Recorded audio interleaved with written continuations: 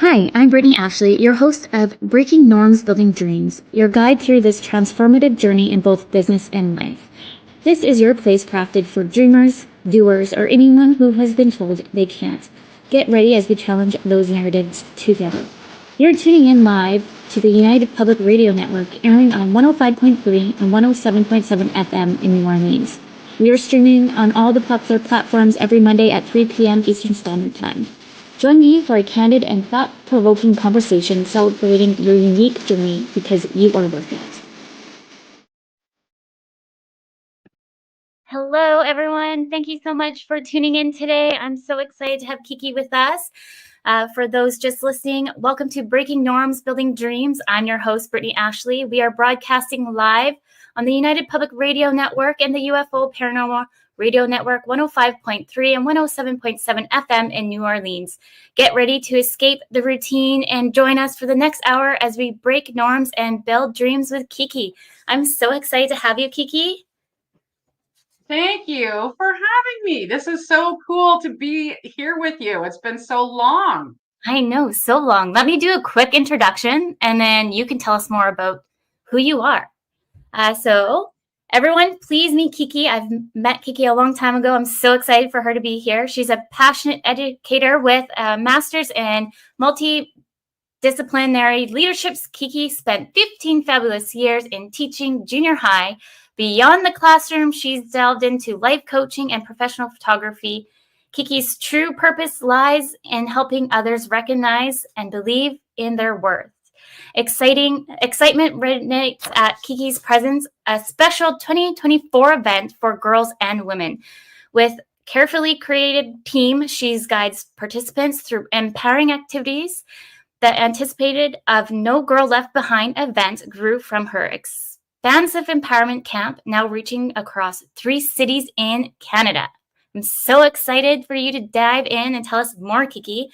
Before we go into the events, maybe you can just kind of tell everyone about your background. Sure. So, as Brittney mentioned, I am actually a teacher. I taught for 15 years junior high, and I loved it. I never wanted to leave teaching, but when I left, my husband and I were going through IVF, and I kept miscarrying, and so it was a tough time. And I'm an older mom. When I got married, I had met my husband at 39. We got married at 40. So, we were going through the situation, and I was feeling sort of off and tired and emotional. And I went to my admin and I said, hey, would it be possible for me to go part time? And he said, I'll think about it and let you know. So I thought, okay. And a few weeks later, I was walking down the hall and he said, hey, Kiki, remember when you asked me about going part time next year? This is during class change when, there's 100 kids in the hall. And he said, well, I don't support it. And I go, okay, I quit. So I left teaching. It's not what I wanted to do. And I had just graduated with my master's degree a month before.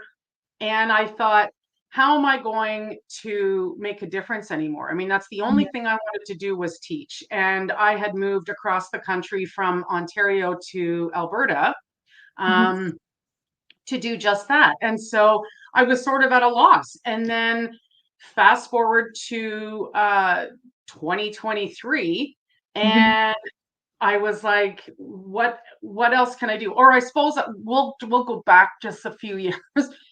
2020, it was right during COVID, and I thought, I have to do something. I'm not teaching. At that point, we had adopted my 2 boys, and so our family was complete, but I felt something was missing from my professional life, and just that whole need and purpose and passion for helping. So I created a 3-day empowerment camp for girls, and we started off with 15 girls in the summer of 2020, or the fall of 2020, I should say. And then each year we sell out. As soon as we open up registration, we sell out within 2 hours. And now we've got 35 to 40 girls coming. We're already sold out for September 2024.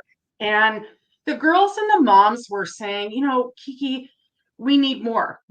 Can you do a women's camp? Can you do, this and that? And so I got to thinking, it's almost a year ago. So last March, I woke up one day and it was such a pivotal moment for me, because in my head, I thought, would it be so awful if I actually loved my entire body and everything about me? Would it be such a crime, Yeah.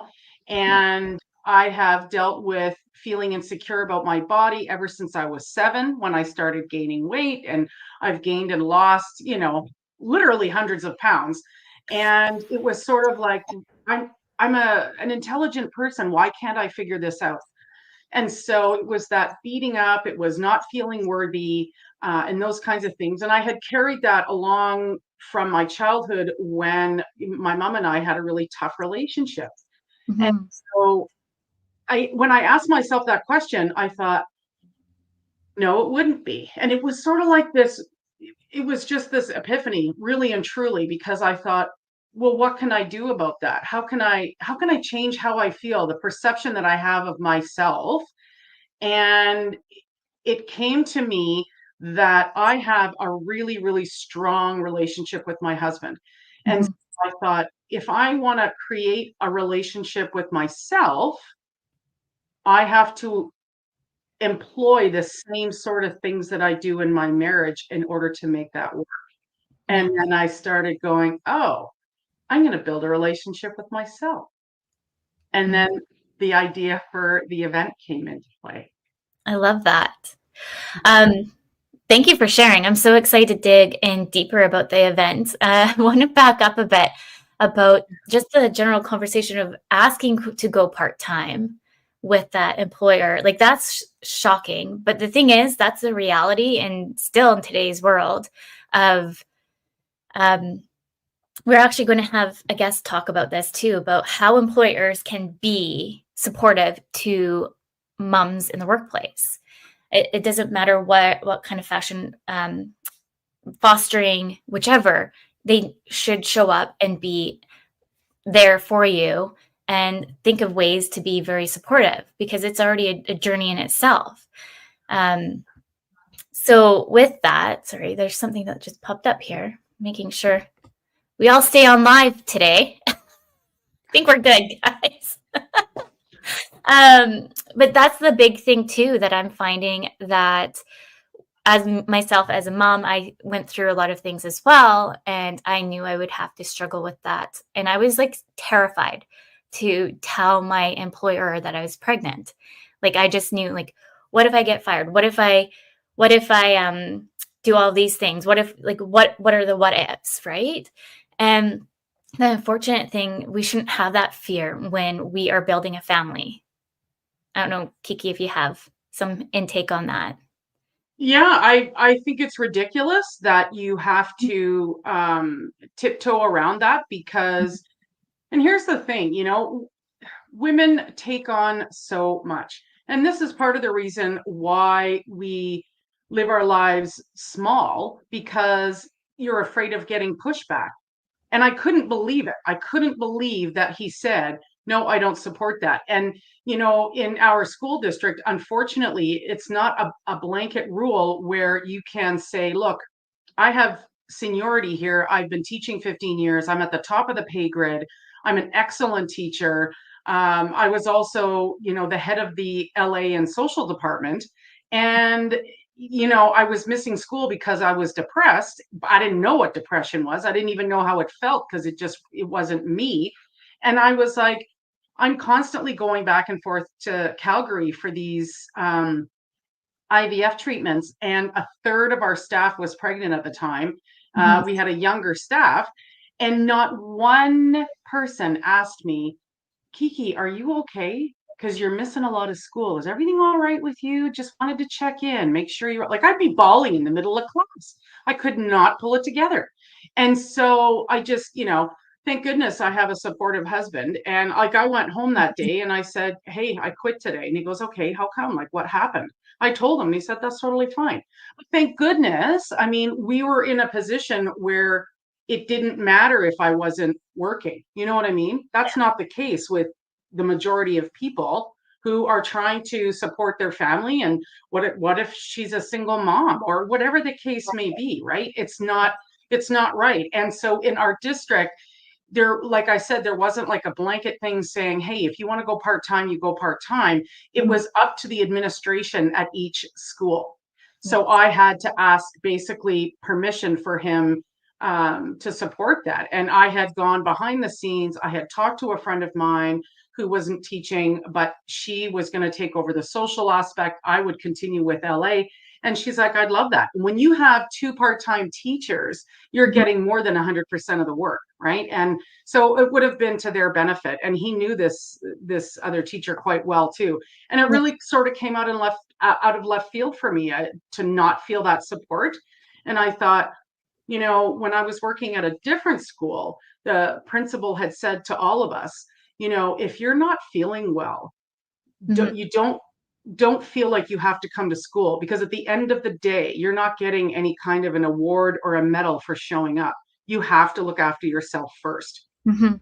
And I thought, well, this is my life. This is my possible family here. And this is what matters. And so I think it's ridiculous that someone has to why would you be scared to tell your employer that you're pregnant for fear that you're going to lose your job? I think it's preposterous. Yeah, and that's like, I'm hoping we all can start talking about normalizing that, because it isn't a common thing. Actually, since I started this business, I'm starting to find so many moms that have like a lot of similarities of being scared about it and all the things. So I just hope we can start creating a safe place for those who are going through the journey. Not just moms, but even dads, because dads take on these roles as well. That I can see like the trend that a lot of more dads want to come in and step into that role. So, uh, Mhm. like my husband came in to support when we had Hudson, the second round, so then I can do the business till building that up. Well, he can take time off on maternity leave, but that's so new, I think, in our generations, because it's normally the woman, right? Yeah. But on that point of all of this journey, it's all about being worthy. So maybe can you dig in more on the kind of different items you bring to the different events for the girls and women? Is it kind of segmented just like a camp then for girls, and then you have something else for the women, so the listeners can understand more? Sure. So the camp is different than our event.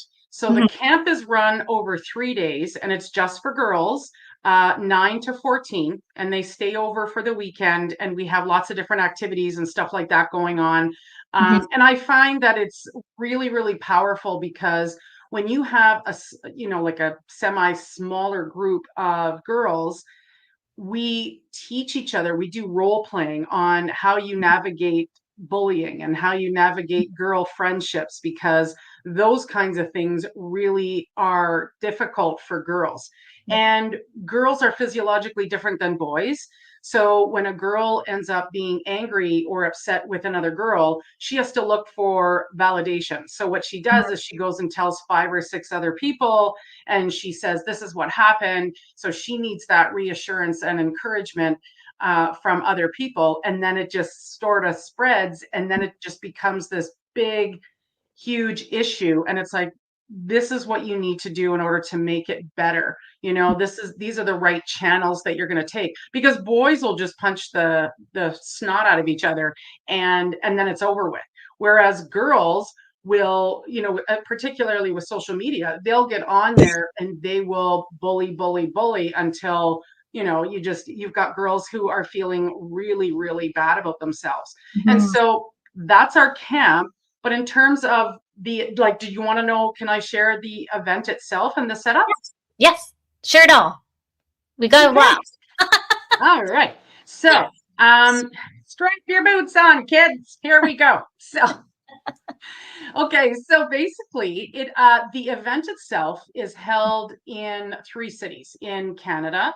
And so we have Edmonton on March the 9th. We have Grande Prairie, Alberta, May the 18th, and then Toronto, Ontario, September the 14th. And I thought, I really want to bring this event to as many cities as possible in 2024 so that we sort of get our feet wet. And we're a nonprofit organization. We got our status a couple of months ago. And it's like, okay, let's just go all out there, right? So this is why this is super important that I'm here today to share that there is an event like this out there. The need for girl and women empowerment is so huge right now. And to take, and this is sort of like, an arm off of the conversation, but I'm 54, I'm almost 55, and this is my first year doing the event. So I want women out there to understand that it doesn't matter how old you are. If you are passionate and you've got a purpose and you feel like this is something that is going to work for you, you don't let anyone stop you. You get up, you pull up your girl panties, and you say, yep, I got this, and you make it happen, because it's true. Anything is possible, and there is room for everyone to succeed out there. So I don't believe in competing and comparing with other women either. It just is something that is exhausting to me, so I don't partake in it. But to think that a year ago I had this thought based on the, oh my gosh, would it be a crime if I actually loved myself? And then, it snowballed into this. So it is for all girls 8 and over, and then women of all ages. And so the day is, we have everyone comes at about 9 o'clock in the morning at the venue. And we have 2 or 3 vendors there. I didn't want the market to sort of take over, but it's all like women empowerment stuff. Perfect. And we have a keynote speaker, me. And then I've handpicked a group of empowered, professional, experienced women to come to the event. So when everyone shows up, they're going to be put into groups. So the girls 8 to 11 are in one breakout room. The girls 12 to 15 are in another breakout room. And then all the women are going to be in the ballroom. So like the main room where everyone is with the stage and whatnot. Yeah. And we're doing that for developmental content, because a girl who is 8 is not at the same developmental stage as someone who's 14. I'm, mentally, physically, emotionally. So the content that we're delivering is going to be age appropriate and developmentally appropriate. So it's very different, but you'll spend 3 sessions in the morning with different presenters. And I call them presenters because they're not there to speak at you all day long like a typical convention or conference. Yeah. And the reason for that is it's twofold. So I believe that it's really important to share our stories, because someone's going to resonate with that, and they're going to hold on to it. However, you're going to forget about those details in time. And while most events and conferences, you're like, woo, this is so good. I feel so amazing. And 2 weeks later, you're like, yeah, what? And you've lost the fizz. And so what we want to do is, we don't just want to talk about empowerment. We want to show you how to be empowered. I was looking, there's millions of hashtags about empowerment. Yeah. And I'm willing to bet that 99% of the people posting those are not empowered women. And it's because of all the stuff that we bring to the table, all the things we hold on to, and the perceptions that we have, and believing that we are defined by our experiences, and we're not. We're shaped by those experiences, but what defines us is how we choose to respond to those experiences. That is what defines us. And being empowered is understanding and believing in your own worth. And you get that by understanding that you, thank goodness, have a choice. You get to choose who you're going to be at any given time. And so if you want to redefine who you are, you go right ahead and do that. And you make that decision. It's as simple as telling yourself, I'm not going to have that attachment to that feeling or to that experience anymore. And so, we have teachers on our empowerment team. We have a registered child psychologist. We have Reiki specialists. We have people that are going to do activities with you. So we are going to have you actively participate in your own empowerment so that you build the relationship with you. And, the focus is relationships. And there's two relationships that we're taking a look at. The first one is the one with self, which is the most important, obviously. And unfortunately, it's the one that's the least exercised. And it's the one that breaks down first, particularly for a woman, because of social media, society's expectations, generational things, and just what you carry with you, right? And like I said before, women are physiologically different than men.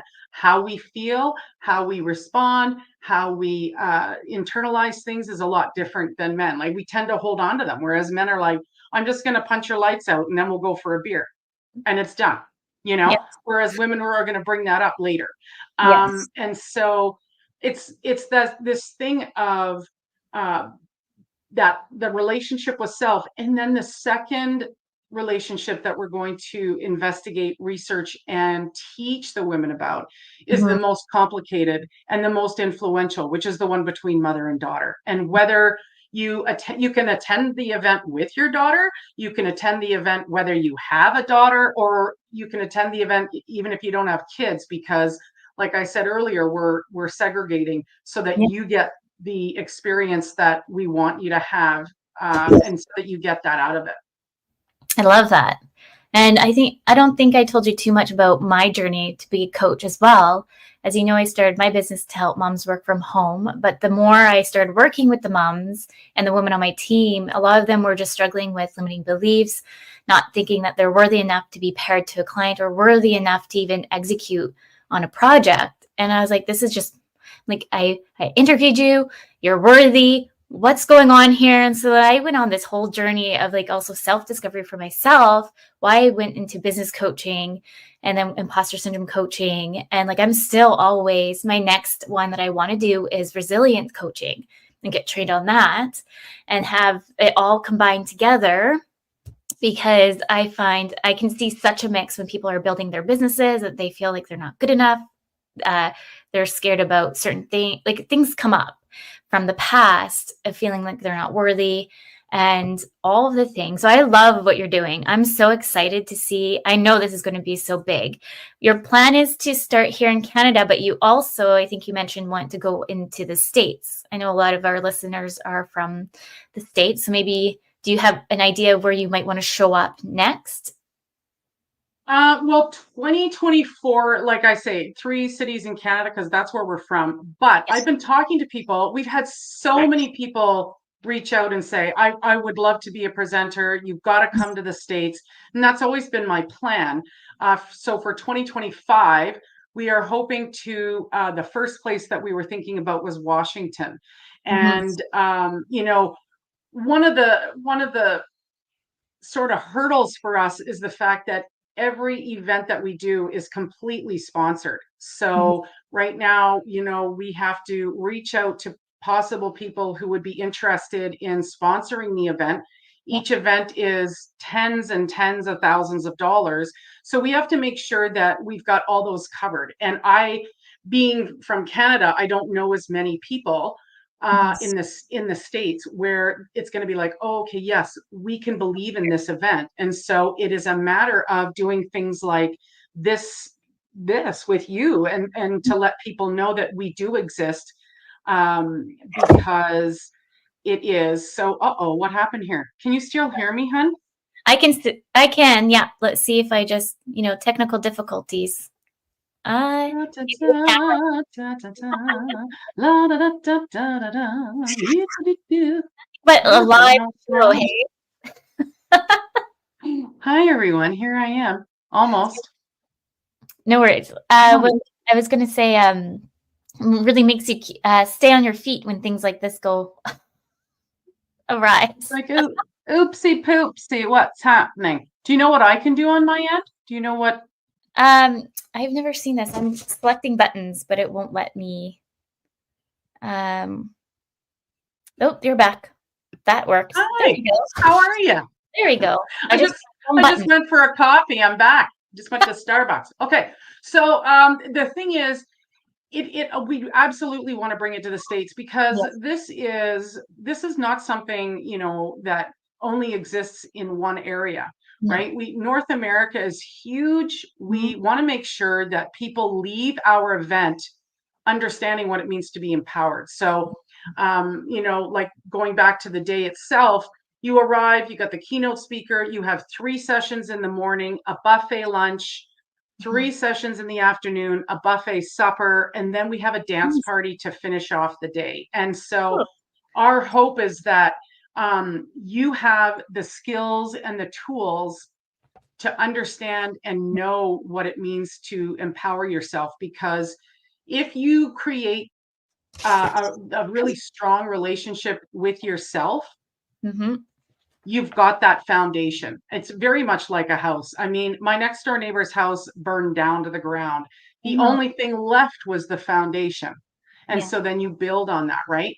And Yeah. so we have specific questions, specific activities that we're Mhm. doing that will affect everybody differently, which is absolutely magic, in my opinion, because you're not just coming and listening, you're coming and doing. And Yeah. you're like, you know what? Life isn't going to be a smooth ride, right? It just isn't. And so when something comes your way, you're going to have the skills to go, wait a sec, I can sit back here and I'm going to calm my brain down, and I'm going to calm my nerves down. Mhm. And I'm able to do that with exercises that we're going to not just show you, but you're going to do during the day to practice them. You have the notes with you, and you're participating in your own empowerment so that no one else can take it away from you. And that there is no such thing as imposter syndrome, because you get to know who you are. Yeah. And the relationship with self, you will walk away going, oh my, like, it's so powerful. Mhm. It was the most peaceful thing, right? Like, Yeah. there's two profound experiences that I've had in my life. The first one was when my son Christopher was born, and we adopted both of our kids. But we're in Alberta. He was born in Florida. It was a nightmarish adoption, just with so many things going on with the birth mother. However, she did allow me to be in the room when she gave birth, and she had a C-section. And I get a chill. I have a chill even saying it, because it brings me right back. Yeah. But, and my son turned 11 on the 5th. So it's like kind of Mhm. recent, but they pulled him out of her, and the doctor handed Christopher to me. Yeah. And becoming a mom for the first time, and understanding that, you know, I was going to look after this living and breathing human being, and someone entrusted me with this forever, was so unbelievable for me. And the only word I can think of is profound. Mhm. And I'm grateful for that every single day. The second most profound experience was literally a year ago, when I had said to myself, well, wait a minute, would it be so awful Mhm. if I did love myself? And so I started to build that relationship with myself. I've never felt better. I've never felt better in my life. And I know exactly who I am. And it's through three characteristics of any relationship that I came up with about 15 years ago. But Mhm. the number one thing in any relationship is communication. The Mhm. second thing is trust. And the third thing is respect. And Yeah. if one of those things is fractured, you have a problem in that relationship. And honestly, that's with yourself too. So when Yeah. women say to themselves, I don't have time to go to the yoga studio, I don't have time to go for a walk, I don't have time to go for a bath, it's like, well, we need to change your perception of that. Mhm. Because there's too many things counting against you, until it slaps you in the face and says, you're going to run yourself into the ground, and then we've got nothing left in the tank. And we intellectually know this, but women don't know how to employ this, and we're going to show you how. So the event is it's so unique, it Mhm. is so needed, and it's literally going to change how you feel about things, which is massive to me. Which is 100% massive for Anyone, I'll ask you the next question, but we're already 30 minutes in. So anyone just tuning in, you're listening to Breaking Norms, Building Dreams. We are live on the United Public Radio Network and UFO Paranormal Radio Network, 105.3 and 107.7 FM in New Orleans. With anyone listening, how can you kind of guide them on taking more self-love for themselves? That's another thing, by the way. I would love to come to New Orleans. I would love us to do an event in New Orleans. I have never been, and this is such an aside, but my husband's an accountant and he has accounting conferences. Okay, I'd rather poke my own eye out than go to one of those. So I attend them, but I do other things. Yeah. And he had one in New Orleans, and we got a call for our second son a week before my husband left. And I'm like, I can't go. So I was home with our newborn then. But anyways, so if anyone has any, if you guys want us to come to New Orleans, I would hop, skip, and roller skate my way to New Orleans to do this in 2025. And the theme, by the way, in 2025 is confidence. But if we're talking about, how do you take steps for self-love? It is truly, it's creating a relationship with yourself. And how do you do that? You do it with steps. So you start communicating with yourself and you start listening to yourself. And it doesn't matter where you are in your life, you can start that today. You really can. You can sit back. This is the importance of quieting the mind. And this is why meditation is important. And people get scared and they're like, I don't know what the flip flop I'm going to do if I'm meditating. I'll be thinking about, I really could use I could use a donut right now, or geez, I gotta go get diapers later. And then, your mind, if you quiet your mind, it can be scary to people because they're like, I don't know how I'm supposed to feel here. And sometimes when you're in yoga, for instance, if you try yoga, it brings up a lot of feelings. It's a process. It really, truly is a process. But if you think about dating somebody, you have to be cognizant of how do you treat someone that you are dating. Well, you want to listen. You want to listen to what they have to say so that you go, I really want to get to know more about this person. And if I'm going to tell myself that this week I'm going to get in so many steps, like on my fit tracker or whatever, and then you decide that, and then sometimes you self-sabotage because you've got these hidden things going on in the back of your head that go, no, I'm not worth taking the time out to do this. And it's not even conscious that you do it. Yeah. Then all of a sudden you're letting yourself down, and then it becomes a self-fulfilling prophecy. So would you, if you were dating somebody and you said, yeah, let's go for supper, and you agreed to that, you just didn't show up. Well, you might do that once or twice, and that person's going to drop you. And there's one person that you can't escape from, and that's yourself.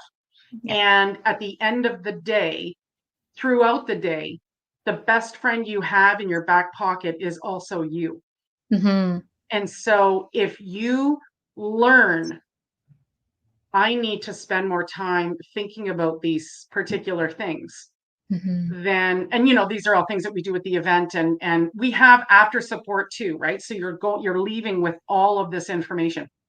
That's but amazing. then you've got it. And it's a constant thing. You have to work at any relationship, whether you're married for a year, whether you're married for 15 years, whatever.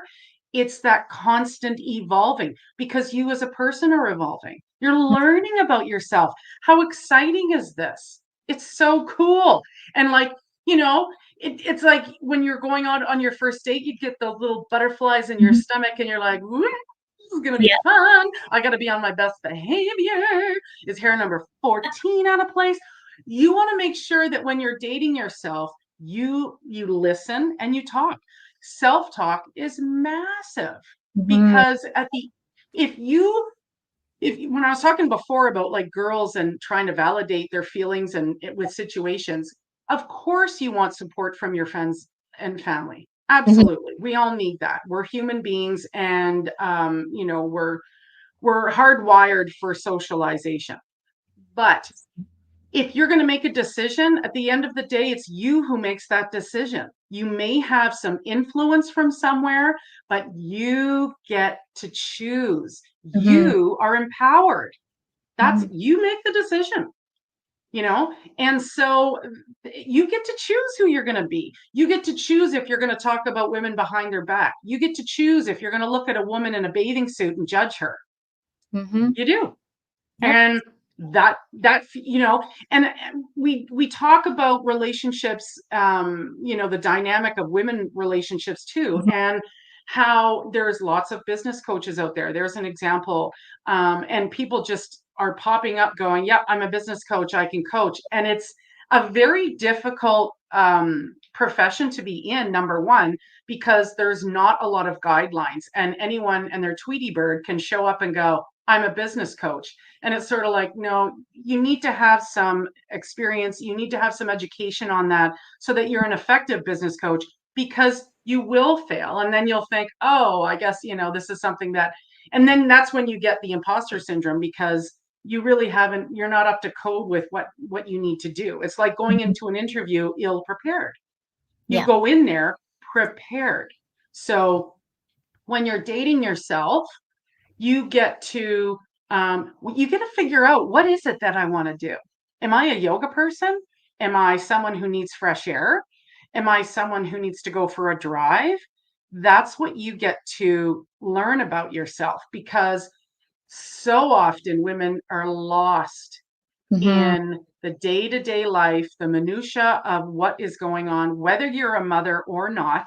Mhm. I have many single friends who've never been married and don't have kids, but they have responsibilities, whether it's to their aging parents, whether it's to their dogs and cats, Mhm. their friends, whatever the case may be. They still don't know exactly who they are. And that's what this is about. So that if a tornado comes along and starts to shake your house down, you are Mhm. still standing at the end of the day, Yeah. because you have built that that relationship and the foundation on your own. No, I love that. And also too, like my husband and I have been together, you stop counting after. Like we're going to be going on 9 years married. And so I Yeah. think I want to say we were together at least 15 years, 17. I don't even know. You stop counting, right? But at the end of the day, we were very young when we got together. And I'm always just like, I'm like, we're evolving and finding each other out too, how we're different, especially with kids now. Like, what do I like to do?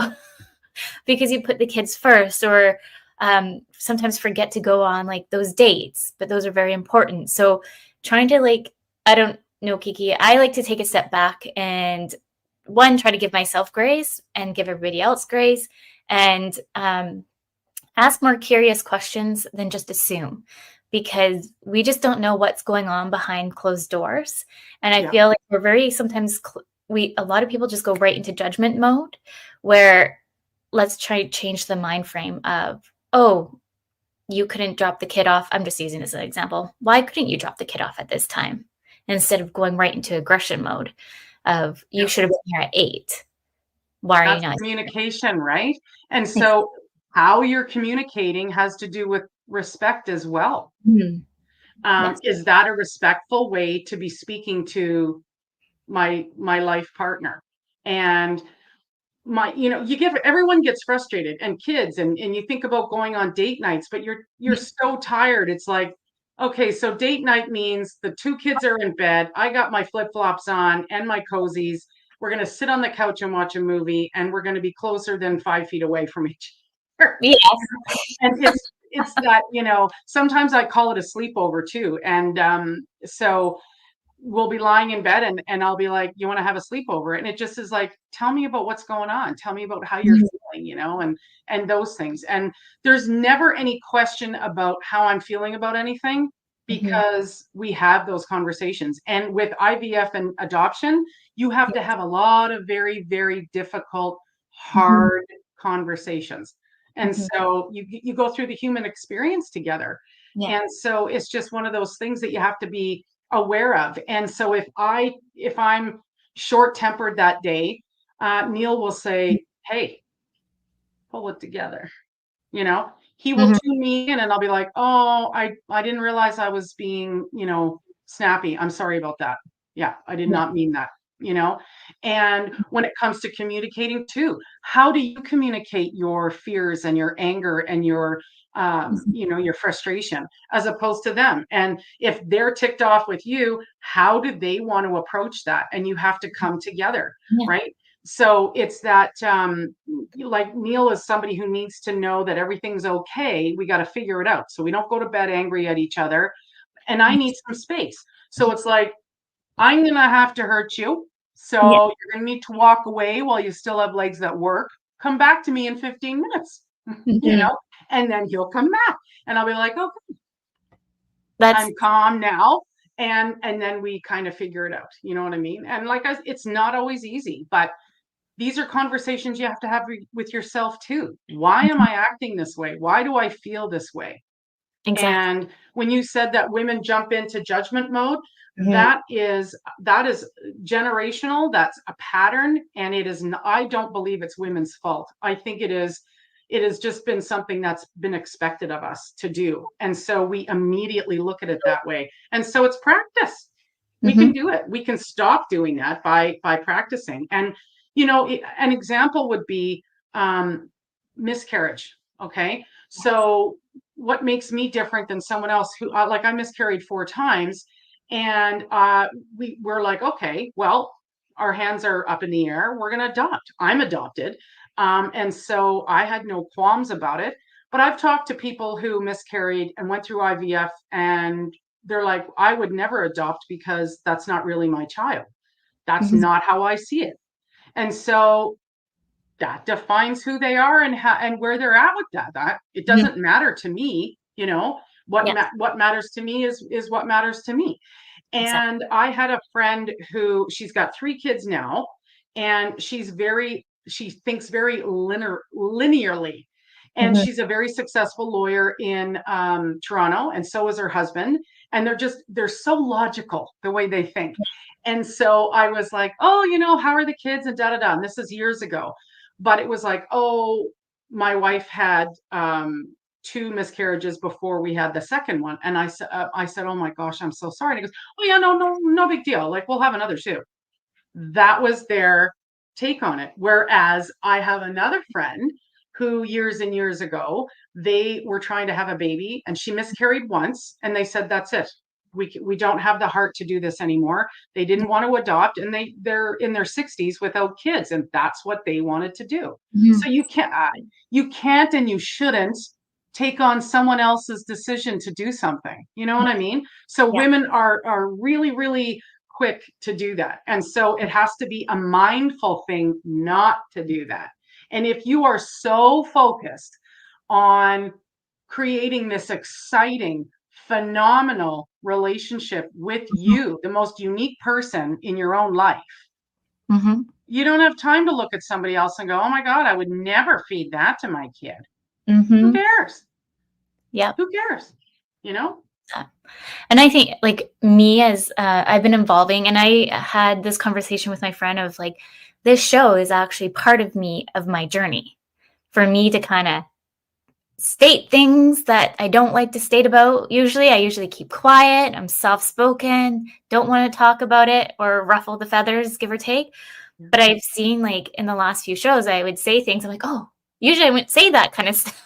But then people are like resonating more and starting to find more out about me. I'm like, yes, okay. You're This is you're finding out stuff about yourself, right? yeah, Like exactly. this is like, oh, I have a voice, literally and figuratively, and you have the power to speak Mhm. that, and which is phenomenal. How amazing is that? Mhm. I'm like loving it. That's why I also wanted you on the show, because I know like I'm so excited about the event. Like I want to attend too. You better. You just tell me which one you're to. Yes. Um, did you have any kind of tips or tricks for like mother-daughter relationships? Because I know you mentioned that a little bit in the and for the event, but if for anybody listening, I know usually, let's be honest, like I have my daughter who, if everyone even needs to know, I'm always my daughter's room because it's the quietest room in the house. That's why I have hearts in the background. about that. I was like, isn't that pretty back there? I have Um, but yeah, do you have any tips for I anybody? do. I do. Like, the thing is, and I know we don't have a whole lot of time left, but I Mhm. know you know what? We should have a sleepover. Mike, Yeah. just be sitting here having some marshmallows and hot cocoa. But like the most complicated relationship that exists is the one between mother and daughter, and the parent of the most influence is the one of the same sex. So, you know, generationally, we take on a lot of what our mother's expectations were and how they felt about us. And I felt for most of my life that I was unworthy because my mom and I didn't get along most of the time. And we recognize this now, but we did not understand that her behavior was a reflection of a severe depression. Mhm. She had terrible, terrible mental illness, and we didn't know. It was like, how come mom shuts herself in her bedroom for 3 days at Christmas and she won't talk to anybody? Or she got mad at you, she wouldn't talk to you for 3 or 4 days. You never knew what you were going to get, and she would slam doors and every time she went in or out, and so it left this really uneasy, anxious feeling for me. That's how I internalized it, and I felt like she must not love me. And Mhm. if my own mom didn't love me, I must not be worthy. And if I was placed for adoption, my birth mom didn't want me, which must mean that I'm unlovable, you know? Yeah. And so unconsciously, I carried that throughout my life. Mhm. And when my mom passed away suddenly in 2019, we hadn't spoken for 9 months because she was mad at me about my cat. And it was like, I had been up and down, up and down. And I said, I just can't do this anymore with you, mom. Like, if you're going to be mad about this, I just can't do it. I've got two little kids. I'm trying my best, and she lived across the country. So she was in Nova Scotia, and she walked out the door and we never spoke again. And on a Thursday, my dad called me and he said, Kiki, your mom's dying. And I was like, what? And everything changed. Mhm. Everything changed when he said that. My priority was, I'm on the next flight. I will Yes. get there. Tell her to hold on. And I kept calling the hospital, and they're like, she can't talk anymore, but she can still hear you. So I told her everything I needed to tell her. And I'm like, I'm on my way. Don't let go. Wait Mhm. till I get there. Thank you for choosing me to be your daughter. I love you. And I kept calling her, and on my flights there. I got there in the morning on a Friday, held her hand for 17 hours. And I say 17 hours, it's important to me. It's my favorite number. But 17 hours after I got there, she passed away. Mhm. And she passed away just after midnight, on her 82nd. I'm just chilling up here talking about it. But um, she died on her 82nd birthday, and she held on. And the nurse said, she heard you, Mhm. she held on for you. And I thought, oh my, it was that perception change. And I Mhm. thought, my mom did love me. She didn't know how to love me. And she didn't know how to love me the way I wanted to be loved. Mhm. And that wasn't her fault, because she never took meds for it or anything like that. But she fought to stay alive until I got there. And it was like, so my whole relationship with her has changed. Even though she's gone, I understand the difficulty in these relationships. And so in our event, moms are going to be writing letters to their daughters. If Mhm. they don't have a daughter, they're going to be writing a letter to their mom, and with pointed questions. So I'm not going to give you a piece of paper and say, write a letter to your mom, because that's like giving someone a journal and saying, here you go, journal. But a lot of Mhm. people don't know what it is they want to say. Yep. Right? So Mhm. that's what part of this is. And then if a mom and a daughter come to our event, they'll be doing letters individually, and then they can come together and read the letters to each other and have that safe space to say, this is how I feel when you say this. This is how I feel when you do that. This is what I wish we could do more of, you know. Mhm. And it gives accountability on both ends, but it Yeah. gives you that, oh my goodness, right? Like, the daughter can choose to read to her mother and vice versa, or you can hand that letter to the other person and have them read it and then say, okay, how can we work on this? Again, it is something that you have to be conscious about. Yeah. That's so powerful. No, I like that. I think a lot of mother-daughter dynamics will kind of overcome a lot, that writing things out is so much more powerful than you think.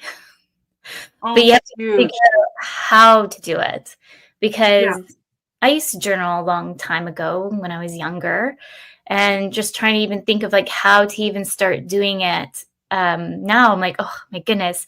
But my thing is, I have dyslexia, and so I get caught up in spelling things wrong, or I get caught up in, oh, I don't think that's right. So I stopped journaling because of that.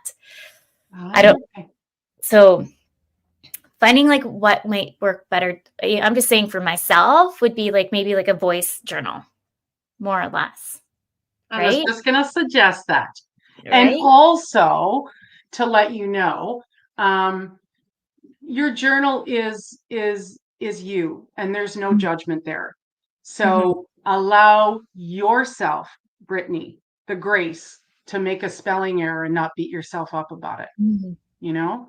Yeah. And you don't want to do it if it's going to cause you anxiety, but that's something to take into consideration too.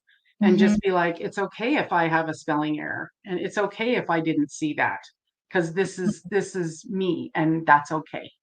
you Yes. know I just Yeah. want to hug you right now. Air hug through the. Oh, that's great. I love that. I seriously want to come to one of your events. I know I will. Um, One last question, because I'm just watching the time here. Do you think that a lot of women kind of go through limiting beliefs and or imposter syndrome? Do I think that? Hmm. Oh, I sure do. I know that. Yeah. Absolutely. I think a lot of people think, oh, I should fake it till I make it. I don't think that's the answer. I really don't. And when you and this is why we need something like this, right? We have to teach and once you build that relationship, you have so much more confidence, and you understand your own worth and what it is that you have to offer. And I think a lot of people are stuck in the wrong business. I think people go, oh, I taught this one girl who's she's an adult now, and she's like, oh yeah, I'm doing this, and it's MLM, so multi-level marketing. And I'm Yes. like, this is not for you. This is what you should be doing. I see you doing this because of your the power, the passion, and your intelligence, and how you do that. And she's like, oh, I'm just not ready to do that. And she's been spinning her wheels for about 8 years. And and she has this imposter syndrome. And the reason people have imposter syndrome is, one, they don't believe in themselves, and two, they're in the wrong thing. Mm-hmm. When you are in the right venue, you're in the right space, Mm-hmm. there is no wrong answer, there is no imposter syndrome. You know what I mean? I go to bed at night thinking about this event and how I'm going to address people and how it's going to be and how it's going to feel, and that, and because it came to me, literally came to me, and it was like, okay, I know this is what I'm supposed to be doing. I still substitute teach, which is cool because but this is something that I know is going to have an impact. And this is another thing, when you get to know who you are, you're like, is this what I want to do? Mm. Yeah. And you can change your path at any given time. 100%. Putting down boundaries, you start to understand the boundaries that you want to lay down, the foundation. For imposter syndrome for myself, it was really kind of looking at the inner in of like, why am I having these thoughts? A good correlation, apparently, they say stats come into kind of like your background that you've been brought into of imposter syndrome, and so forth. And so it's just like navigating yourself through those feelings and really kind of speaking more openly about it and stepping into it. Like just doing this show, like I was like, when they're like, yeah, let's do it, I'm like, oh my God, I don't know what I'm going to talk about.